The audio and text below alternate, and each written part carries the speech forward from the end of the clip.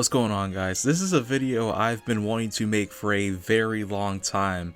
Vinyl for a few years now has been a big interest of mine, and now I finally get to talk about what makes it so special and why I like it. But first, what is vinyl?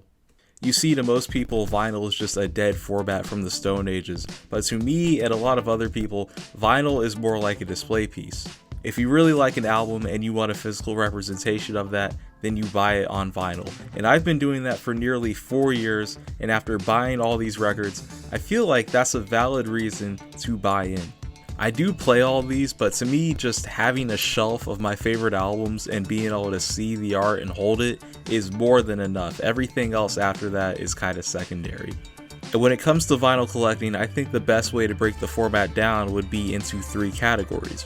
You have regular schmegular black vinyl, colored vinyl, and then picture vinyl, with all of them having subcategories like 180 gram vinyl, translucent vinyl, or zoetrope vinyl, all things that are technically different, but the same overall concept as the main 3. And the reason why I break them up like this is because they all sound different. Even though it's barely noticeable, black vinyl is the best, color is slightly worse, picture is the worst, very many people recommend you don't buy it at all, and then there's bootlegs. More about that later. I'ma travel the globe, you keep the block hot, driver. Open the door for me, my hand hurt, find us. As for me, I started collecting in 2021 by complete coincidence, really. I had some birthday money and saw this really cool looking Kids See Ghosts vinyl for relatively cheap, so I bought it and that was that. I had no record player, didn't even want one, I just wanted the cool looking Kanye album. 2 months later, I had a record player, 2 more Kanye albums, and officially a new hobby. Looking back, my timeline with this whole thing was kind of insane. I still don't know where the hell I was getting this much money to blow, because in the span of a year, May 2021 to May 2022, I bought 15 albums on vinyl, 2 record players, and speakers. 9 of those 15 were bought in the span of 3 months. 3. I was having a lot of fun, but of course when you're buying at a rate like that and you don't really have money to afford it, you just throw all that you have at it, you tend to get burnt out kind of fast, and that's what happened to me in 2022. I had got almost everything that was relatively affordable. I didn't want to spend big money on albums back then, and what I had was essentially the normal new age TikTok record collection, which I was perfectly content with. Back in 2022, this was a good representation of my music taste, and I could leave it like that and start actually saving my money. So I did just that. In mid-2022, I stopped buying vinyl completely. In 2023, I'd forgotten pretty much entirely about that phase. I didn't buy any then, even with tempting offers like $5 Utopia, which I kind of regretted. And then in 2024, this is where things got interesting. Near the end of that year, there was a lot going on in my music world. The Cure, which I really like, were dropping their first album in 16 years, so I thought, why not? It's a special occasion, and broke my 2-year streak of not buying vinyl. Around that same time, Tyler was dropping Chromacopia, and I bought that as well since, ooh, it's a limited version, So I wasn't buying vinyl anymore except for random special circumstances. But you guys already know where this is leading. A month after that, I saw Kissland was on sale, and that album I had wanted on vinyl ever since I listened to it.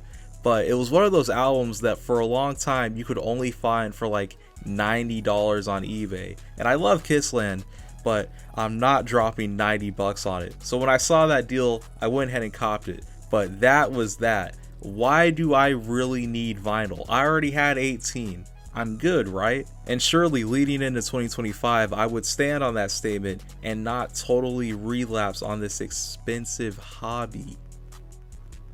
Dear God. Alright, let me try my best to explain why I bought 15 albums in the first 5 months of this year and why I'm not fully losing my shit. You see, I stopped buying vinyl, but I never stopped wanting vinyl. I just had other stuff getting in the way. I was saving for a car after I stopped, and in 2023, that hunk of metal was where all my money was ending up. So even though I had abandoned the hobby and even started to regret it a bit, if I could buy it, I would. I just knew that it was a bad decision at that time. From the start, one of the things that pulled me into vinyl was collecting a full discography, and while I think I'm still pretty far away from reaching that, it is the main thing I'm doing at the moment. just chipping away at different albums I needed in the collection or ones that I couldn't pass up, stuff like that. Record prices are kinda bad now, which I know is crazy talk from this guy, but I do try pretty hard to stay in some sort of a price range when buying these things. If it's over 40 and I don't desperately need to have it, I pass it up. If it's like 30 for a single LP or the album hasn't been out for super long, I skip it, just so that I can both not spend even more money and also not buy albums that I kinda don't like. Cough cough. I have broken these rules already, but the instances where I did it mostly makes sense. Like Instrumental Relics was $70, but there's only 500 copies of it. I think that made sense. Blonde was $80, but it's blonde.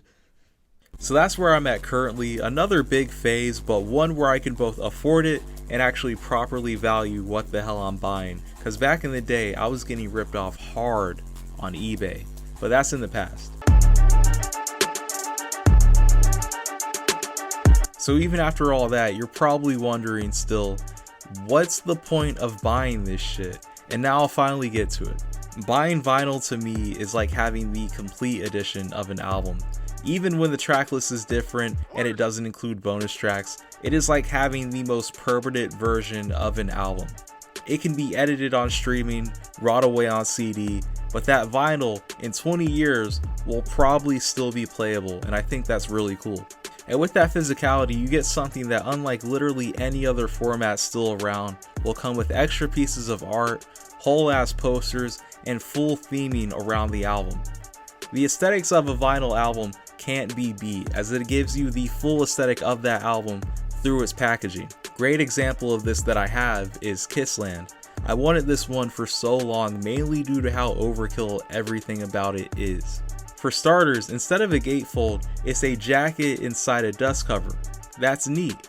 The jacket, covered in the album's aesthetics, opens up to more of that aesthetic. The liner notes are styled after newspaper, and then lastly, the record is just beautiful. Not every album is like this, but due to just how vinyl has to be packaged, you can always guarantee to have something neat to look at that comes from the album. Or not, but usually there is art or a cool picture of something. And then of course you have the albums that are more at home on vinyl. I don't really have any that fully fit that term, but albums like Ram and Igor I genuinely listen to on vinyl about as much as I stream them, which is impressive. I feel like it goes to show how much an album's mood can change depending on how you go about listening to it, and vinyl is a nice way to change the mood of an album.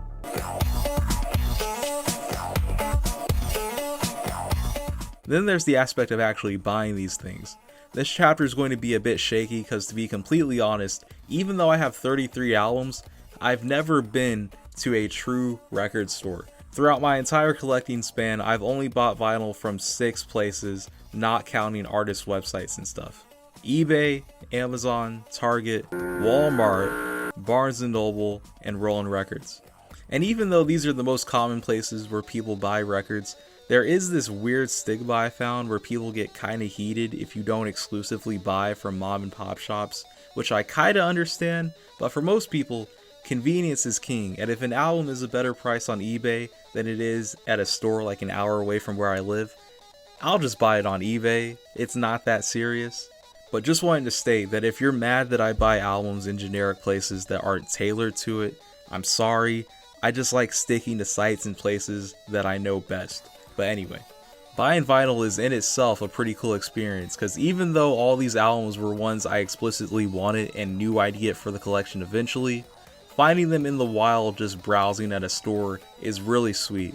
Even buying online too, it's hard to get surprised with that because of how direct it is, but still, there's albums in my collection that had I not randomly been on eBay one night, I would have never gotten.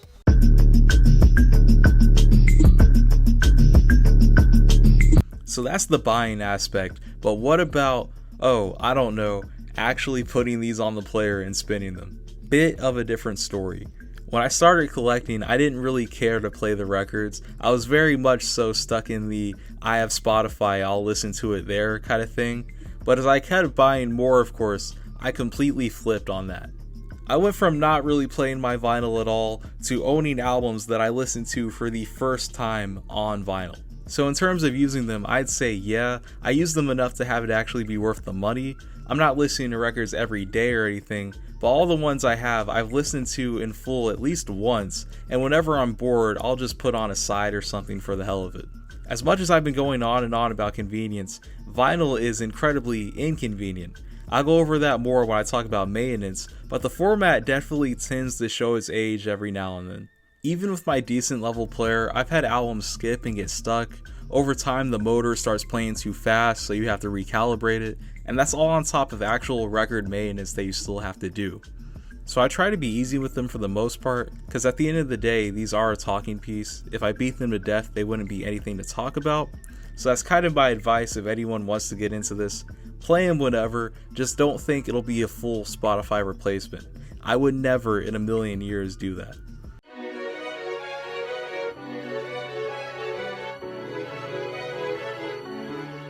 Now let's talk about the vinyl community.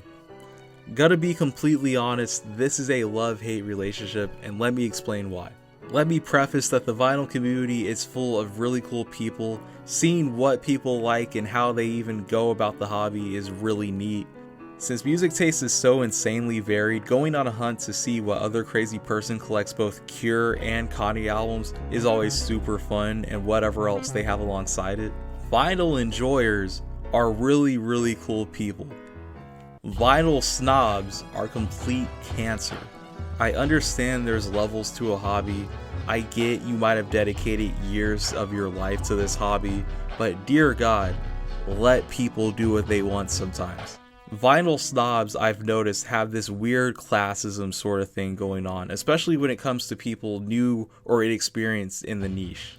For example, these Suitcase players, don't buy them. They're pretty bad quality and will skip and scratch your albums. But somehow, this simple advice of don't buy that player became, oh my god, how dare you disrespect this format by putting it on this disgrace of a player. Have you no shame? And 90% of the time, it's just some like kid who didn't know. And it's not even something that'll happen like super often, but it's just weird as a whole. Like none of this is that deep at all. And not only does it make you look crazy, but it makes the whole of the community look crazy.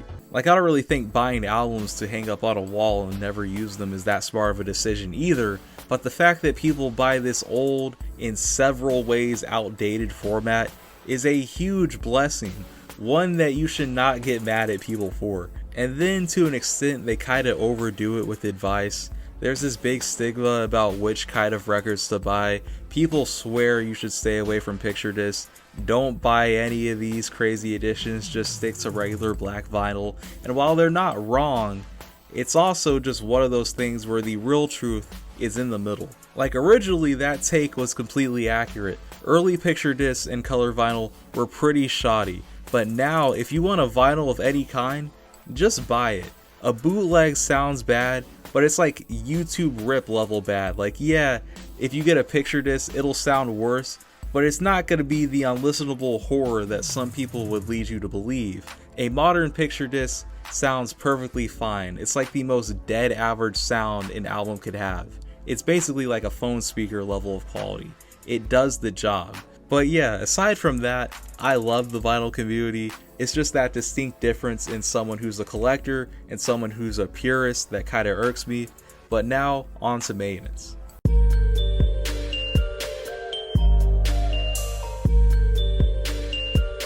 Okay, so maintenance is another kind of windy road of vinyl shit. You can under-maintain your collection, but you can also over-maintain it.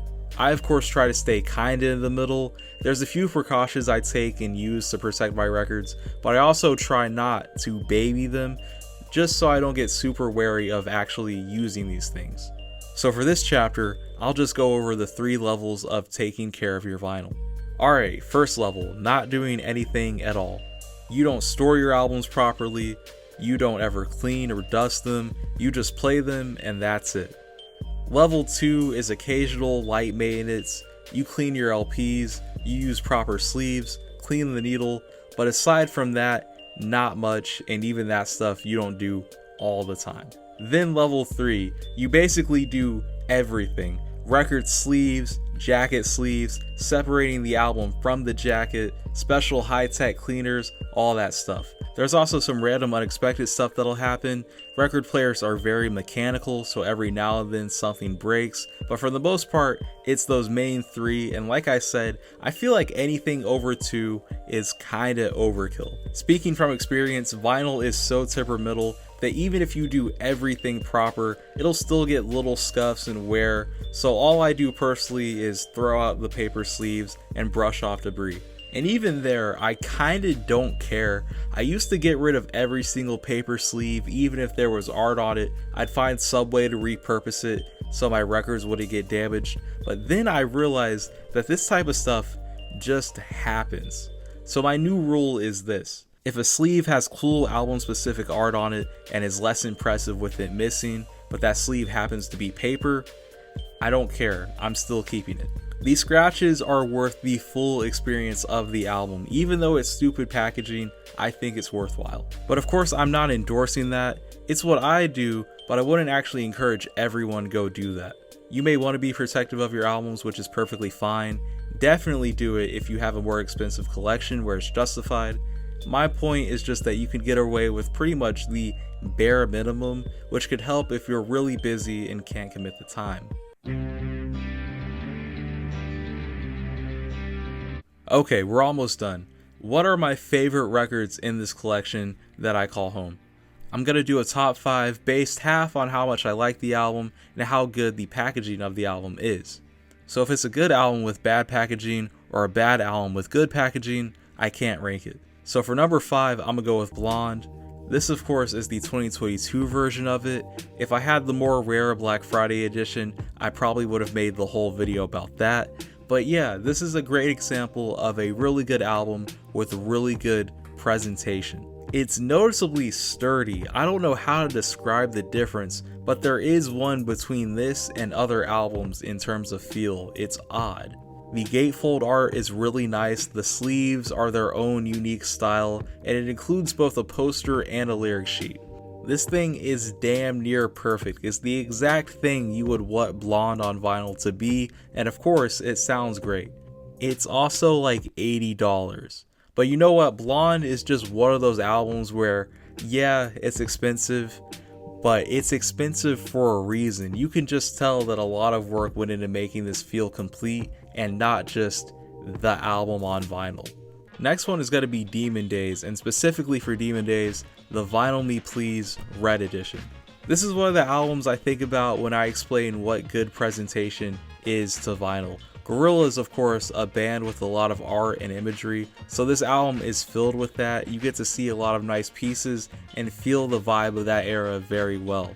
Then the records are sleeved in the characters' pictures from the cover, which I thought was a neat touch. Those of course went up on the wall.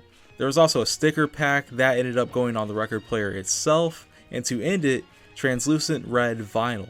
I've got it scratched to hell from playing it, but it's very pretty and once again matches the theme of Demon Days very well. Next up, something a bit more substantial, that would be 808s and Heartbreak. For some reason, there was an era of time where if you were buying a Kanye West album on vinyl, you got what would essentially be a modern day collector's edition or something, but as the regular only version of the album. And even though they can be a bit pricey, they're crazy common and very good albums to collect, with 808s being the one to start all of that. Okay, so first off, this is a trifold, not something you see all the time. It's also the Cause cover, which is the undisputed better cover, I will not hear otherwise. Then you open it from the left, which allows the side colors to bleed over from the outside into the inside artwork, which is awesome to me. In the middle, it holds a CD copy of the album. It's in my car right now, but I did want to mention that in my old research of this album before I bought it, I learned that the original run of it included a CD that actually blended in with the rest of the inner art and filled in the hole here. Mine, unfortunately, and most of them just come with the regular CD straight out of the case, nothing special. It comes with both a lyric sheet and a poster, and lastly, the album on 180 gram vinyl just to top it off. It's very, very nice. Even nicer is that it was my second record. Insane pick for a second album, because this is a more complete bundle than a lot of what I buy now. But we can do more. Right after 808s, we get My Beautiful Dark Twisted Fantasy, an album that is not only another level musically, but is another level in its vinyl release. It takes what 808s did and does it more. It's another trifold, but this time we get 3 whole records. Correct me if I'm wrong, but the album doesn't actually need this. I've never checked that for myself though. We get a poster, but now the poster is way bigger, and the piece of resistance. 5 pieces of art that can be used as the album's cover. Another great overall set. The 3 LPs is a bit annoying since you have to flip it more, and one whole side beam monster is kinda ridiculous. But this is good overall. Kind of a shame that for solo Kanye albums, this was basically it, as after this album we'd get no release at all, or a very low effort one. Before number 1, let's hit up some honorable mentions real fast. Kids See Ghosts. It was my first album and is still a pretty good one. Nothing too crazy though. Kissland I would have put on this list, but I already talked about it enough, so I just couldn't count it. Wish by The Cure. The one I have is actually pretty standard, but what I'm going to shout out instead is the picture disc version of it, where you get LPs with the Wish art on them. That thing is pretty cool. If I wasn't worried about sound quality back then, I would have got that one instead. And Discovery is just here because I think it's cool. It's another one that I like for how neat it is, but it doesn't do anything rare or unique. It's just a good album. So with all that, let's finally get to number 1 on my list. It is Instrumental Relics by Clams Casino. Currently my only true grail. This album is said to only have 500 copies out there, so I seen it on eBay, had to take full advantage, especially for the price it was and how much I love Clams Casino. Video plug if you haven't seen that. For such a low quantity album press, I am impressed with the amount of stuff they did here. Really nice gatefold. You get a picture of the, I don't know what you call it, but it's from I'm God's music video. And then the records themselves are this Galaxy Splatter thing, which once again, pretty sweet. So that's my number 1. You may disagree with me putting it up so high, but I think because of its rarity and the music on it being so good, this is a compilation album, so there's like no misses, is perfect to me. And there's my setup. Way back when I originally started, I had a random Amazon record player, but very quickly jumped up to the LP60X by Audio-Technica, some bookshelf speakers from Amazon yet again, and that's kinda it. A bit of a default setup, but it works, and as you can see, I tried to spruce it up a little with this Lego bird thing and an assortment of artist stickers. But that's basically it. I've exhausted both myself and this collection making a whole video about it, but I had a lot of fun getting back into vinyl over the last 8 or so months. It has been really enjoyable, even to the point where I may have gotten consumed by it. But to me, buying albums, listening to albums, and then seeing how many albums you have is all I want out of music. I want to enjoy it and also show what I enjoy about it. I plan to keep collecting for the foreseeable future. I have both bought albums in the middle of writing this video and also have some on pre-order. I really do want to keep this thing going until I have so many that it's hard to manage. Then I'll ease off. But with this video, I really wanted to make something that can stand not only as a personal time capsule of my collection, but also as a good overview of the whole hobby. Something I won't have to come back to, not for a long time, and hopefully I did that. Hopefully for all you guys it was worth the wait. I've been planning this video since the start of the channel, and it still took a full month of dedicated work, which I did not want, but now that I'm wrapping it up, I'm very proud. So if you liked it, thank you, and if you'd like, subscribe here for more music rambling and me over explaining everything. See you guys.